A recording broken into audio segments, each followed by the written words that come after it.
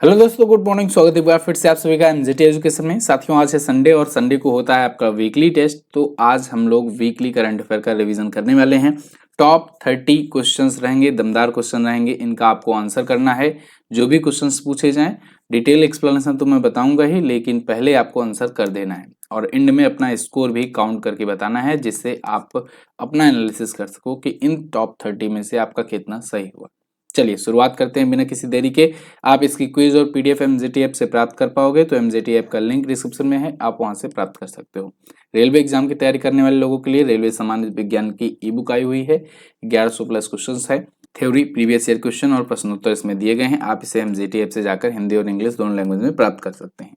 चलिए शुरू करते हैं। पहला क्वेश्चन, चीन के राष्ट्रपति ने किस देश में चांद के मेगापोर्ट परियोजना का अनावरण किया है? तो चीन के प्रेसिडेंट शी जिनपिंग चांद के मेगापोर्ट परियोजना का अनावरण करने कहाँ गए थे? पेरू गए थे। पेरू एक दक्षिण अमेरिकी देश है, वहां पर जाकर इन्होंने चांद के मेगापोर्ट परियोजना का अनावरण किया। एक्चुअली में ये मेगापोर्ट जो है ये चीन की मदद से पेरू मिलकर बना रहे हैं, मतलब चीन ही एक प्रकार से वहां पर बना रहा है पेरू में। तो वहां के राष्ट्रपति और चीन के राष्ट्रपति दोनों ने मिलकर के इसका उद्घाटन किया है। 1.3 बिलियन डॉलर की ये योजना है। अगला, नवंबर 2024 में किस राज्य में एशिया का सबसे बड़ा ओपन एयर व्यापार मेला बाली यात्रा शुरू हुआ? बाली यात्रा कहाँ पर होता है ये मेला? जल्दी बताइए कमेंट करके। बाली यात्रा होता है ओडिशा में। ये ओपन एयर ट्रेड फेयर है और एशिया का सबसे बड़ा है। एशिया में सबसे बड़ा ओपन एयर यानी खुले मैदान में लगने वाला ये व्यापार मेला है, ट्रेड मेला है। अगर वैसे मेला की बात करें, धार्मिक मेला की, सांस्कृतिक मेला की, तो कुंभ मेला सबसे बड़ा होता है। कुंभ मेला सबसे बड़ा होता है, जो कि अभी 2025 में बस शुरू ही होने वाला है, 13 जनवरी से या 14 जनवरी से। ठीक है ना। चलिए अगला, COP29 के दौरान निम्न में से किन देशों ने ऊर्जा प्रणाली एकीकरण समझौता पर हस्ताक्षर किए हैं? तो COP29 चल रहा है बाकू अजरबैजान, चल क्या रहा है मतलब समाप्त हो गया है, 22 तक था, बाकू अजरबैजान में। और वहां पर ऊर्जा प्रणाली एकीकरण पर समझौता किया अभी कजाकिस्तान, अजरबैजान और उज्बेकिस्तान ने। तो ए ऑप्शन आपका करेक्ट हो जाएगा। ऊर्जा प्रणाली एकीकरण समझौते पर यह हस्ताक्षर हुआ है। ठीक है ना। आप यहाँ पर देख सकते हो, आर्टिकल आपके सामने। दोस्तों आपको याद रखना है COP29 ये कहाँ पर हो रहा है, सबसे ज्यादा यही पूछा जाएगा। तो बाकू अजरबैजान में हो रहा है, 11 से 22 नवंबर तक हुआ। COP28 कहाँ पर हुआ था? तो आप बताओगे COP28 यूएई में हुआ था, दुबई में। यूएई में, दुबई में। COP27 कहाँ पर हुआ था? तो ये हुआ था इजिप्ट में, मिस्र में। ठीक है ना, इजिप्ट में हुआ था, मिस्र में। ओके। और COP26 ग्लासगो में हुआ था। चलिए अगला, एशियाई खेलों के पदक विजेता प्रजनेश गुणेश्वर ने किस खेल से संन्यास की घोषणा की? तो प्रजनेश गुणेश्वरन ये टेनिस के खिलाड़ी थे और इन्होंने संन्यास की घोषणा कर दी है। भारतीय खिलाड़ी थे, अनाउंसमेंट कर दिया रिटायरमेंट का। 2018 के एशियन गेम्स में ये ब्रॉन्ज मेडल ला चुके हैं भारत के लिए। इसके अलावा 2018 में भारत के शीर्ष क्रम के पुरुष एकल खिलाड़ी रह चुके हैं। अगला, हाल ही में किस वाद्य यंत्र के विद्वान वरदारा कमलाकर राव इनका निधन हो गया? तो वरदारा कमलाकर राव का निधन हो गया है। ये मृदंग वादक थे। बहुत इंपॉर्टेंट क्वेश्चन है, इसको आप याद रखिएगा। मृदंग वादक थे। ठीक है ना, यहाँ पर आप देख सकते हो इनका निधन हो चुका है। इन्हें संगीत नाटक अकादमी पुरस्कार और राष्ट्रपति पदक मिल चुके थे। अगला, मिस यूनिवर्स का खिताब किसने जीता? बहुत बहुत इंपॉर्टेंट क्वेश्चन है। मिस यूनिवर्स की घोषणा हो चुकी है, विजेता डिक्लेयर हो गई हैं। कौन है मिस यूनिवर्स इस बार की?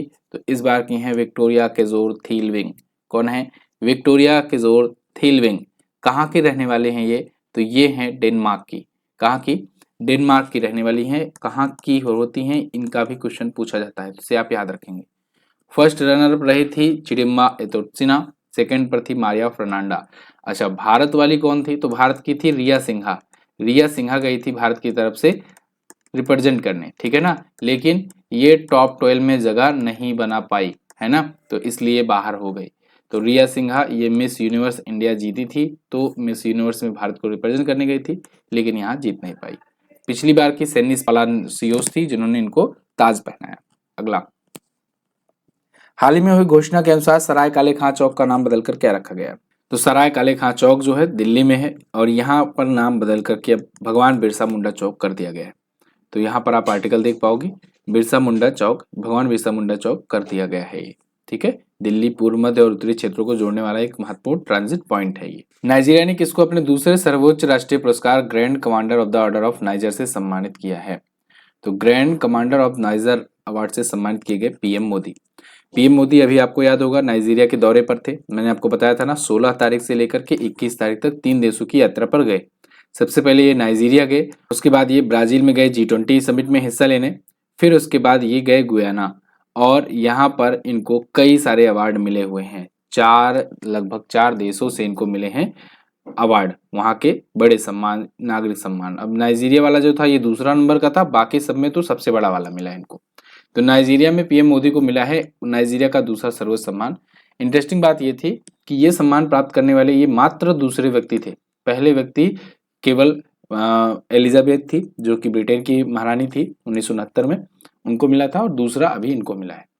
ठीक है, तो अब पीएम मोदी को वैसे तो अब तो टोटल 19 मिल चुके हैं, 17वां ये वाला था लेकिन 19 टोटल हो चुके हैं। मॉरिशस में भारत का राजदूत कौन नियुक्त किया गया? तो मॉरिशस में भारत का राजदूत अभी नियुक्त किया गया है अनुराग श्रीवास्तव को। यहाँ पर आप आर्टिकल देख पाएंगे, अनुराग श्रीवास्तव जो है ये नेक्स्ट एनवाय होंगे मॉरिशस में। ठीक है, के नंदिनी सिंगला की जगह पर आएंगे। हाल ही में मिली जानकारी के अनुसार दुनिया का पहला high altitude para sports centre कहाँ बनाया जाएगा? तो दुनिया का पहला high altitude para sports centre Leh Ladakh में बनाया जाएगा। जब भी हाई एल्टीट्यूड की बात आए, सबसे ऊंचाई वाली बात आए, तो आप लद्दाख की तरफ जाइएगा।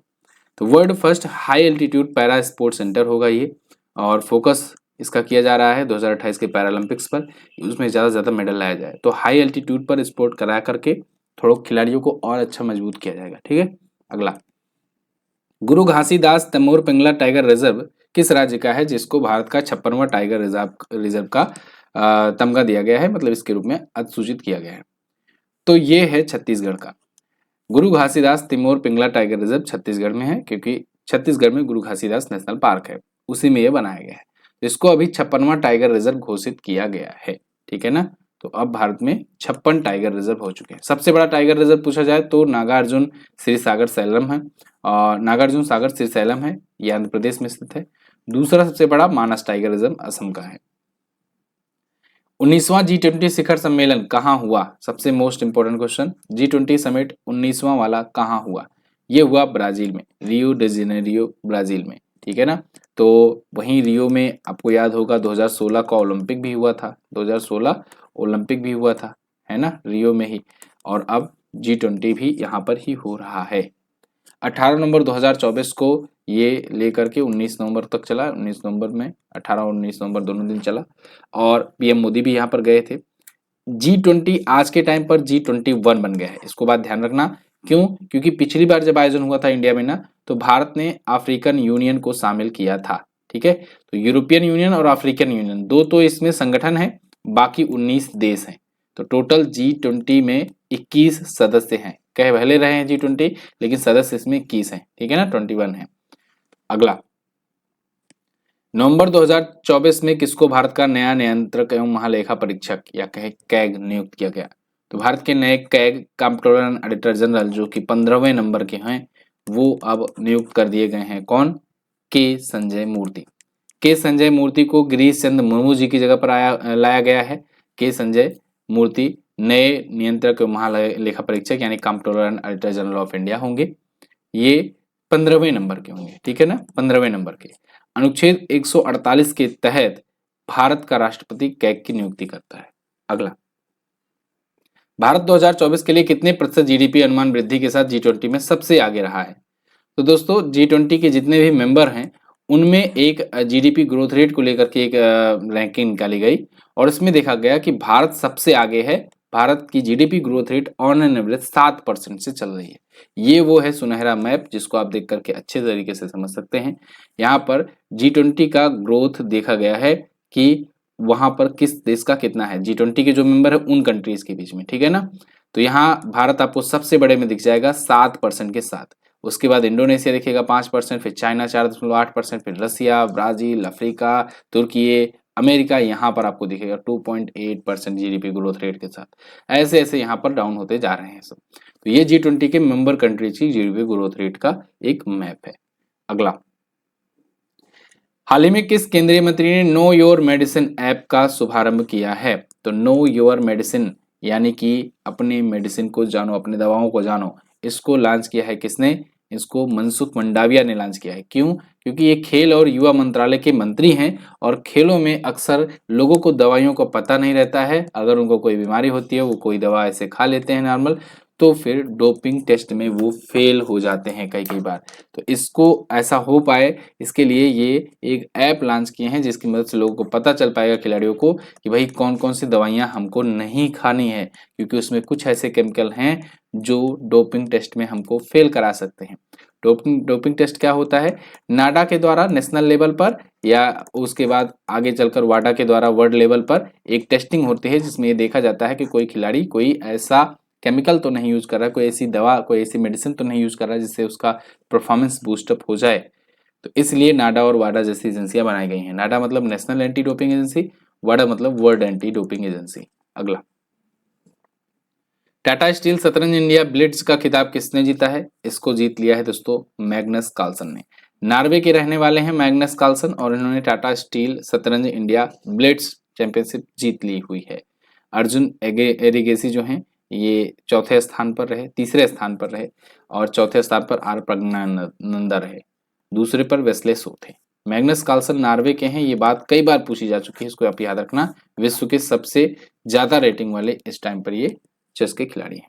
अगला, 31वीं एशिया प्रशांत आर्थिक सहयोग या कहें एपेक, इसके आर्थिक नेताओं की बैठक कहाँ हुई? तो 31वीं एपेक आर्थिक नेताओं की बैठक ये हुई दोस्तों कहाँ पर? ये हुई है अभी लीमा में, पेरू में, ठीक है ना। पेरू के लीमा में एपेक की हुई है, एशिया पैसिफिक इकोनॉमिक कोऑपरेशन। तो ये भी एक संगठन है, मिलता जुलता एक संगठन आपको ओपेक दिखेगा। ओपेक जो है वो दूसरा संगठन है, organization of petroleum exporting countries है, वो पेट्रोलियम बेचने वाले देशों का संगठन है। यहाँ पर एपेक है, ये एशिया पैसिफिक क्षेत्र में इकोनॉमिक कोऑपरेशन के लिए संगठन है, ठीक है। तो 15 और 16 नवंबर को लीमा पेरू में आयोजित किया गया है। दक्षिण कोरिया अगली साल इसकी मेजबानी करेगा, ठीक है जी। भारत इसका सदस्य नहीं है, ये बात ध्यान रखना। 1989 में इसकी स्थापना हुई थी। 21 सदस्य देश हैं, सिंगापुर में इसका हेडक्वार्टर है। अगला, सुप्रीम कोर्ट ने हाल ही में वायु प्रदूषण को लेकर ग्रेप 4 नियम लागू किए हैं। ये ग्रेप 4 नियम कहाँ पर लागू किए गए? ये लागू किए गए हैं दिल्ली एनसीआर में। मैंने इस पर एक वीडियो भी दी थी, अगर आपको टाइम मिलेगा तो वो वीडियो जरूर देखिएगा कि दिल्ली में कैसे लॉकडाउन लगने की स्थिति आ गई है। फिलहाल health statement for AQI categories, ये AQI कैटेगरी है, मतलब एयर क्वालिटी इंडेक्स की कैटेगरीज बनाई गई हैं, जिसके अनुसार ये पता लगता है कि कहाँ पर कितनी एयर क्वालिटी है तो कितना हेल्थ पर इम्पैक्ट आएगा। तो अगर मान लो आप जहां पर रहते हो, डायरेक्ट यहाँ पर शुरू करते हैं, यहाँ से वहां पर 201 से 300 के बीच में AQI है, तो इसका मतलब वहां पर हवा खराब है, तो आपको डिस्कम्फर्ट महसूस हो सकता है। खास करके जो ऐसे डिसीजेस से कुछ पीड़ित व्यक्ति होते हैं, जो सेंसिटिव ज्यादा होते हैं, उनको दिक्कत हो सकती है।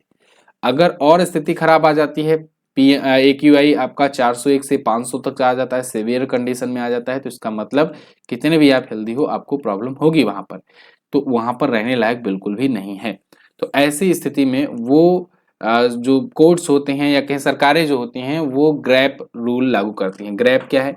ग्रैप मतलब ग्रेडेड रिस्पॉन्स एक्शन प्लान, मतलब जैसे जैसे जिस जिस ग्रेड में बढ़ता जाएगा AQI, उसी उसी ग्रेड के अनुसार ये डिसाइड रहता है कि क्या क्या रिस्ट्रिक्शन लगानी है। रिस्ट्रिक्शन बोले तो जैसे कि भारी वाहन नहीं चलाने देना है, उसके बाद फैक्ट्रियों वगैरह को बंद करवाना है, या फिर कहाँ कहाँ पर हाफ कैपेसिटी की चीज़ें चलानी है, ऑपरेट करनी है, बड़ी बड़ी ऑफिसेज वगैरह। तो इस प्रकार का, तो यहाँ स्टेज 1, स्टेज 2, स्टेज 3, स्टेज 4 दिए गए हैं, और स्टेज 4 की कंडीशन इस समय चल रही है दिल्ली में सीवियर प्लस की, तो इसलिए यहाँ पर स्टेज 4 का ग्रैप लगाने की बात की गई है, ठीक है ना। यही है ग्रैप 4, समझ में आई बात?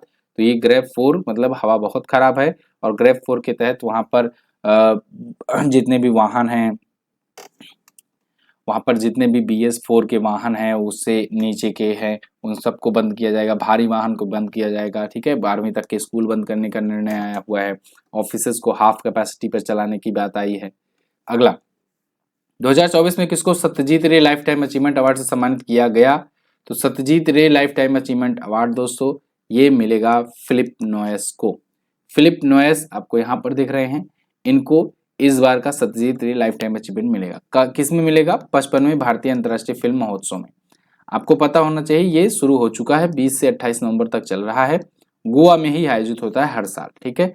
Young film makers the future is now इस बार की थीम है। अच्छा एक बात और ध्यान रखना, शेखर कपूर का नाम याद रखना।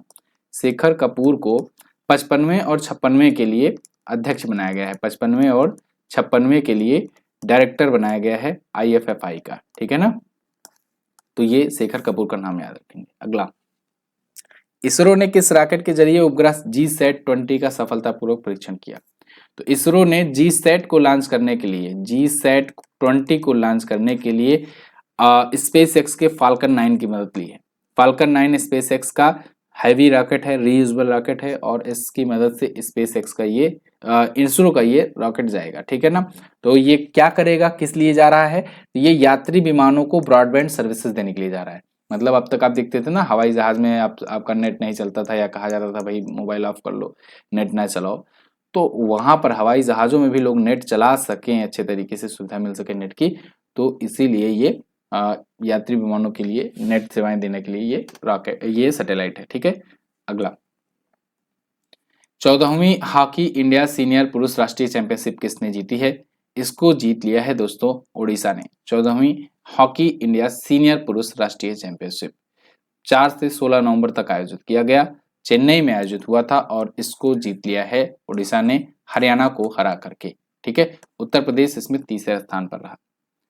पीएम मोदी को गुयाना और बारबाडोस से भी सर्वोच्च सम्मान मिल गया है। इन पुरस्कारों के साथ मोदी जी को अब तक कुल कितने अंतर्राष्ट्रीय सम्मान मिल चुके हैं, तो टोटल मिल चुके हैं अब 19। मैंने अभी आपको बताया ना 17 मिला था जब नाइजीरिया में मिला था, तो अब 2 और मिले तो 19 हो गए। पीएम मोदी को जब से आए हुए हैं सत्ता में 2014 से अब तक विदेशों में मिले टोटल 19 सम्मान हो चुके हैं। अभी गुयाना और बारबाडोस से भी इनको 2 देशों से सर्वोच्च सम्मान मिले, जैसे द ऑर्डर ऑफ एक्सीलेंस मिला गुयाना से, और honorary order of freedom of Barbados मिला बारबाडोस से, ठीक है। तो अगेन रिपीट करा दूं आपको, 16 से 21 नवंबर तक 3 देशों की यात्रा पर थे, नाइजीरिया, ब्राजील और गुयाना में, ओके। अगला, भारत ने किस देश की टीम को हराकर 8वीं महिला एशियाई चैंपियनशिप ट्रॉफी जीती है। तो भारत ने चीन को हरा करके 8वीं महिला एशियाई चैंपियंस ट्रॉफी जीत ली है। ये हुआ कहां पर था, बिहार में हुआ था, बिहार के राजगीर में आयोजित किया गया था, और ये इस बार जीत लिया है भारत ने, ठीक है। भारत पिछली बार भी जीती थी, तो लगातार दूसरी बार जीती है, और टोटल 3 बार जीत चुकी है, यानी इससे पहले एक बार 16 में भी जीती थी, तो 16, 23 और 24 3 खिताब जीत चुकी है। भारतीय हॉकी टीम की कप्तान कौन है महिला में, सलीमा टीटे। रानी रामपाल अब संन्यास ले चुकी हैं। अगला, जलवायु परिवर्तन प्रदर्शन सूचकांक 2024 में भारत किस स्थान पर है। तो क्लाइमेट चेंज परफॉर्मेंस इंडेक्स 2024 में भारत है दोस्तों 10वें स्थान पर। टॉप 4 में इसमें हमेशा की तरह इस बार भी टॉप 3 में कोई नहीं है, हर बार की तरह टॉप 4 में केवल एक देश आपको देखने को मिलेगा, डेनमार्क, ठीक है ना। मतलब चौथे पद से इसकी रैंक शुरू होती है, टॉप 3 में कोई नहीं रहता है, ठीक है। तो डेनमार्क ही हमेशा ही रहता है टॉप पर। दूसरे पर कहें या कहें ओवरऑल 5वें पर नीदरलैंड है, फिर यूनाइटेड किंगडम है। भारत की रैंक 10वीं है, और जो सबसे बड़े उत्सर्जक हैं चाइना, अमेरिका, ये सब देखिए 55वें और 57वें स्थान पर है। अगला, हाल ही में किसको इंदिरा गांधी शांति पुरस्कार 2023 सम्मानित किया गया है। तो इंदिरा गांधी शांति पुरस्कार 2023 के लिए 2 व्यक्तियों को, डेनियल बैरन बोइम और अली अबू अवाद, इन दोनों को सम्मानित किया गया है। तो ये दोनों जो हैं ये पीस के लिए, शांति के लिए काम करते हैं, इसीलिए इनको दिया गया है इंदिरा गांधी शांति पुरस्कार, ठीक है। अली अबू अवाद एक प्रख्यात शांति कार्यकर्ता है, और मेस्ट्रो बोरेन बोइम अर्जेंटीना में एक शास्त्रीय पियानो वादक है। चलिए अगला, प्रोजेक्ट वीर गाथा का कौन सा संस्करण आयोजित किया गया। प्रोजेक्ट वीर गाथा का 4था संस्करण आयोजित किया गया है। इस चौथे संस्करण के तहत जो इंडिया के 36 यूटीज और स्टेट्स हैं, इन सब को मिलाकर 1.76 करोड़ के स्कूल के स्टूडेंट को इसमें इनवाइट किया गया कि आओ वीर गाथा लिखो। वीर गाथा क्या मतलब हुआ, वीर गाथा मतलब वीरों की गाथा, वीरों की कहानियां, भारत के जो भी वीर हैं, स्वतंत्रता सेनानी रहे हैं, तो स्टूडेंट उनको उनके बारे में अपने अपने शब्दों में कुछ लेख लिखेंगे। टॉप 100 विजेताओं को 10-10 हजार रुपए का नगद पुरस्कार दिया जाएगा। 2021 से इसकी शुरुआत हुई थी, 2024 में अब 4था संस्करण है। अगला, किस राज्य के धुड़मानस नामक गांव को UNWTO के सर्वश्रेष्ठ पर्यटन गांव उन्नयन कार्यक्रम के लिए चुना गया। तो UNWTO के सर्वश्रेष्ठ पर्यटन गांव के लिए चुना गया छत्तीसगढ़ के गांव धुड़मारस को। धुड़मारस जो है ये पड़ता है बस्तर में, छत्तीसगढ़ के बस्तर जिले में पड़ता है धुड़मारस। ठीक है, तो UNWTO के सर्वश्रेष्ठ पर्यटन गांव के रूप में से चुना गया है। अगला, हाल ही में हुई घोषणा के अनुसार किस वर्ष तक उत्तर प्रदेश के लखनऊ में भारत की पहली नाइट सफारी बनकर तैयार हो जाएगी? तो लखनऊ में बन रही है भारत की पहली नाइट सफारी, ये दिसंबर 2026 तक बन जाएगी। ध्यान रहे ये पहली है। अगर सबसे बड़ी वाली पूछी जाए तो सबसे बड़ी बन रही है कहां पर? हरियाणा में। हरियाणा में बन रही है सबसे बड़ी, लेकिन अभी उसमें टाइम लगेगा। पहली वाली तो लखनऊ में ही बनकर तैयार हो जाएगी। अगला, दुनिया की 5वीं होगी ये। सतत व्यापार सूचकांक 2024 में भारत किस स्थान पर है? तो सतत व्यापार सूचकांक में भारत है दोस्तों 23वें स्थान पर। सस्टेनेबल बिजनेस इंडेक्स ये वही जारी की गई है, और इसमें बताया गया कि न्यूजीलैंड टॉप पर है, सेकंड पर यूके है, थर्ड पर ऑस्ट्रेलिया है। हेनरिच फाउंडेशन और IMD ने मिल करके इसे जारी किया है। ठीक है, तो भारत की रैंक 23वीं। अगला, कौन सा राज्य खेलो इंडिया यूथ गेम और पैरा गेम्स 2025 की मेजबानी करेगा? तो 2025 में होने जा रहा है 7वां खेलो इंडिया यूथ और पैरा गेम्स। इसकी मेजबानी करेगा बिहार। बिहार में पहली बार आयोजित होगा खेलो इंडिया गेम्स, और इस बार से ही एक और प्रथा चलेगी कि जहां पर खेलो इंडिया गेम्स होगा वहीं पर खेलो इंडिया पैरा गेम्स भी होगा। ठीक उसी प्रकार जैसे ओलंपिक्स होता है, जहां पर ओलंपिक होता है उसी वेन्यू पर पैरालंपिक होता है कुछ दिनों के अंतराल पर, तो ऐसे यहाँ पर भी होगा। तो बिहार में ही खेलो इंडिया यूथ गेम होगा, फिर कुछ दिन बाद वहीं पर पैरा गेम्स भी किए जाएंगे। अब तक 6 जगह आयोजन हो चुके हैं, ये है 7वां संस्करण। ठीक है ना, 6 जगह कहाँ कहाँ हुए? सबसे पहले दिल्ली में हुआ, फिर पुणे में हुआ महाराष्ट्र में, फिर गुवाहाटी में हुआ असम में, उसके बाद चौथा हुआ मध्य प्रदेश में, फिर हरियाणा में, और उसके बाद फिर अब तमिलनाडु में। ठीक है ना, ये चौथा पांचवा वाला कंफर्म कर लीजिएगा। पंचकुला में और मध्य प्रदेश में हुआ था, तो ये शायद ऊपर नीचे हो, मुझे कंफर्म नहीं है। मैं आपको कल या परसों बता दूंगा, या फिर आप में से कोई अगर हो जिसको कंफर्म हो कमेंट करके बता दीजिएगा, चौथा भोपाल वाला था या 5वां था। अगला, ये अब प्रमुख दिवस हैं, जितने भी अपने दिवस आए हैं आज तक के, आप लोग इसका रिवीजन कर लीजिए, स्क्रीनशॉट ले लीजिए। अब तो PPT मोड में है, आराम से आप स्क्रीनशॉट ले सकते हो। कुछ और भी ऐसी चीजें हैं जो मैं आपके लिए छोड़े जा रहा हूँ, इन सब का आप रिवीजन कर सकते हो। ठीक है ना, तो PPT भी भेज दी जाएगी, PDF भी आपको भेज दी जाएगी, PDF आपको टेलीग्राम पर मिल जाएगी, वहां से आप रिवीजन कर लोगे। कमेंट करके अपना स्कोर बता दो, जल्दी से स्कोर बता दो कमेंट करके कि कितना स्कोर आपका आया हुआ है ना, जल्दी से बताइए। और मैं मिलूंगा अगली वीडियो में, तब तक के लिए नमस्कार, जय हिंद, वंदे मातरम।